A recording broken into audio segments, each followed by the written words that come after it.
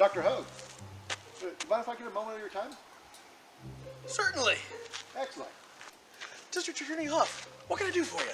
Thank you for meeting with me, Doc. I was hoping we could go over your autopsy findings. Oh yeah, this is an exciting one.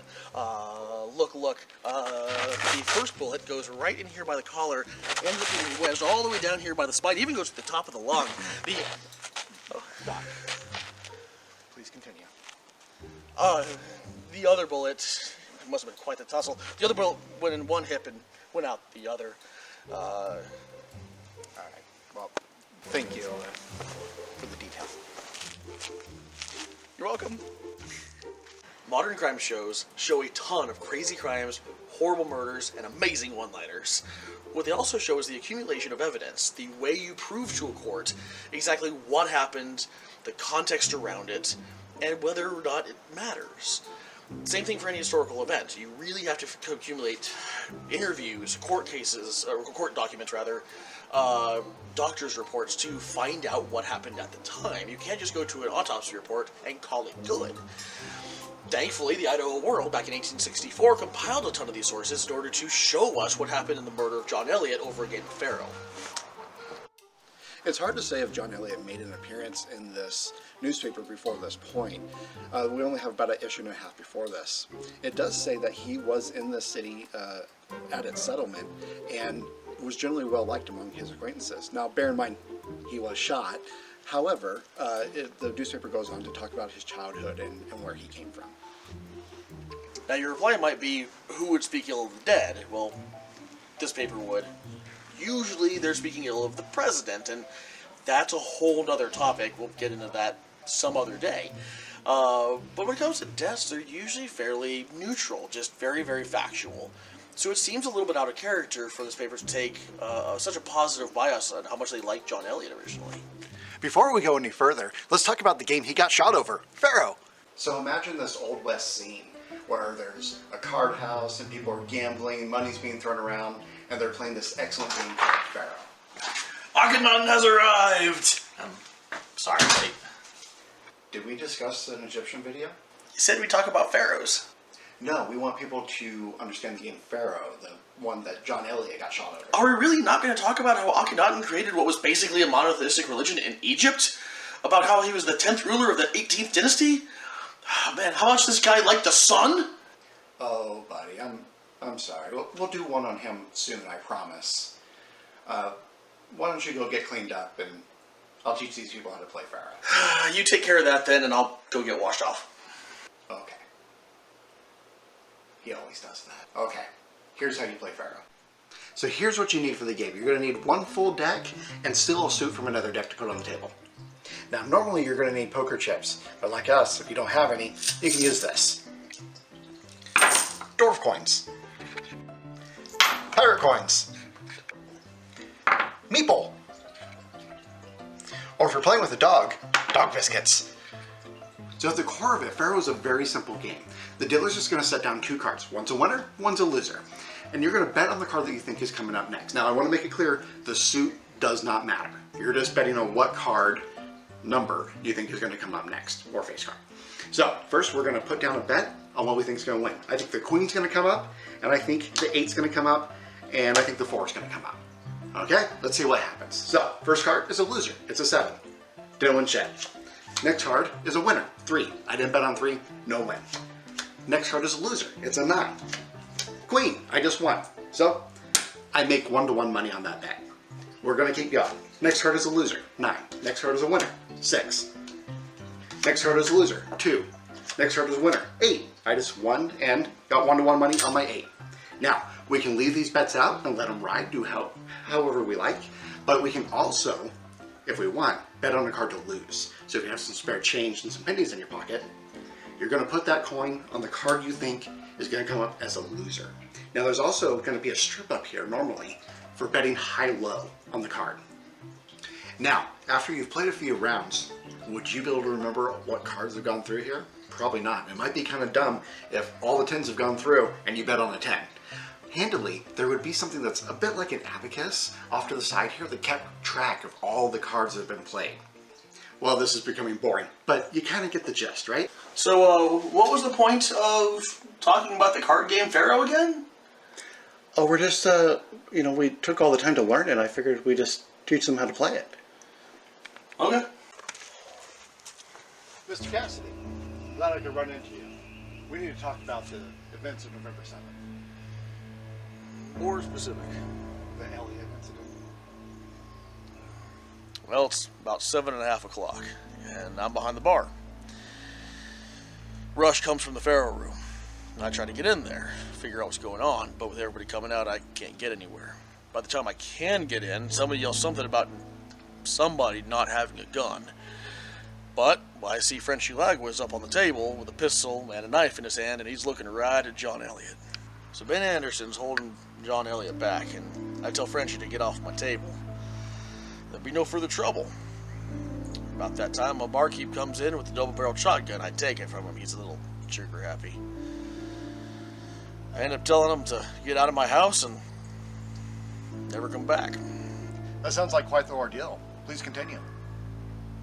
So the offending parties say they're going to go their separate ways, and I go back behind the bar, take the gun with me, set it at the end of the counter.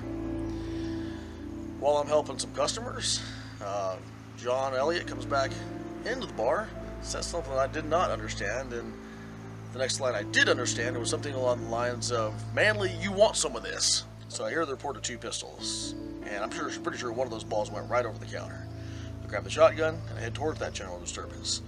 Somebody tried to take that gun from me, and in that fight the gun went off, and after that happened, everything kind of goes quiet, but Charles Manley says something to the effect of, "I got him, give me another pistol." Oh, DA City Bakery has new muffins. Oh, that's excellent. Mr. Gore, I'm happy to run into you. I was hoping we could talk about your version of what happened on Monday night. Oh, Monday night, I went over to the City Bakery and heard a commotion across the street and didn't think much of it. We get fights over here all the time. But at some point, I'm pretty sure I heard Elliot yell at Manley something about if he wanted chicken pie. I'm sorry, chicken pie? That could have been pot pie, could have been apple pie. Whatever it was, I really feel it's rude to shoot somebody who's willing to share. Certainly. Well, thank you for your time, Mr. Gore. Some people, like John Cassidy, clearly have experience in this kind of matter, and so is a great source. He's got an idea of what happened and uses his knowledge of everybody involved to portray the incident. Yeah, agreed. And then some of the witnesses, such as Joseph Gore, I think clearly misheard things. Yeah. So when you compile all this testimony, you get a fairly clear picture of at least the baseline level of events. John Elliott is in a room with a number of other gentlemen playing Pharaoh, and some kind of a disagreement erupts over the money. Yeah, and it's pretty clear that John Elliott is very upset about what's happening. John Cassidy comes over and actually, with some help, removes him from the place, right? And John Cassidy's sort of the owner, we think. And at some point, John Elliott comes back rather belligerently, and there seems to be some interaction between him and Charles Manley, correct? And John Elliott pulls out his gun and says, "Manley, do you want some of this?" Yeah. And then there seems to be a tussle between the two. Manley pulls his gun and maybe grabs Elliott's gun. A couple shots are fired, and then we have Cassidy running back over. Yes, Cassidy re-enters the scene, pretty much exactly what he said. He's got a shotgun, somebody tries to pull it from him, still no idea who that was. It goes off. That ends up, sounds like maybe kind of creating the calm that leads to being able to hear Manley say something to the effect of, "I've got him, give me another pistol." So some of the witnesses that we have in our video were giving a portrayal of what we think their characteristics may have been like, but we're only using a few of the actual characters, correct? Yeah, there's actually about over half a dozen more that we could have involved. We just took our favorites and really played with them. Some of them have more to say, some of them are arguably more outlandish than we have on here. So at the end of it, you have Charles Manley standing over John Elliott, dead. And you have to decide, is Charles Manley to be held liable for what happened? Did he escalate events, or was it just self-defense? And that's what the old court case has to decide at this point. Yeah, exactly. So at the conclusion of this case, or the close of the case, we do get a verdict saying that Charles Manley is not guilty, correct? Exactly. Yeah.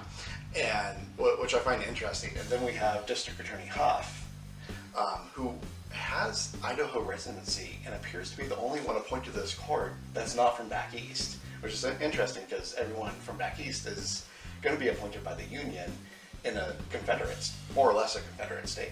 Yeah, and not just this particular court, but the entire territory. He's the only guy who's from Idaho. And I think it's important to think about how that would affect the territory. You have all these guys, again, from somewhere out east, you don't know the area, who are literally deciding what's right and what's wrong in this territory.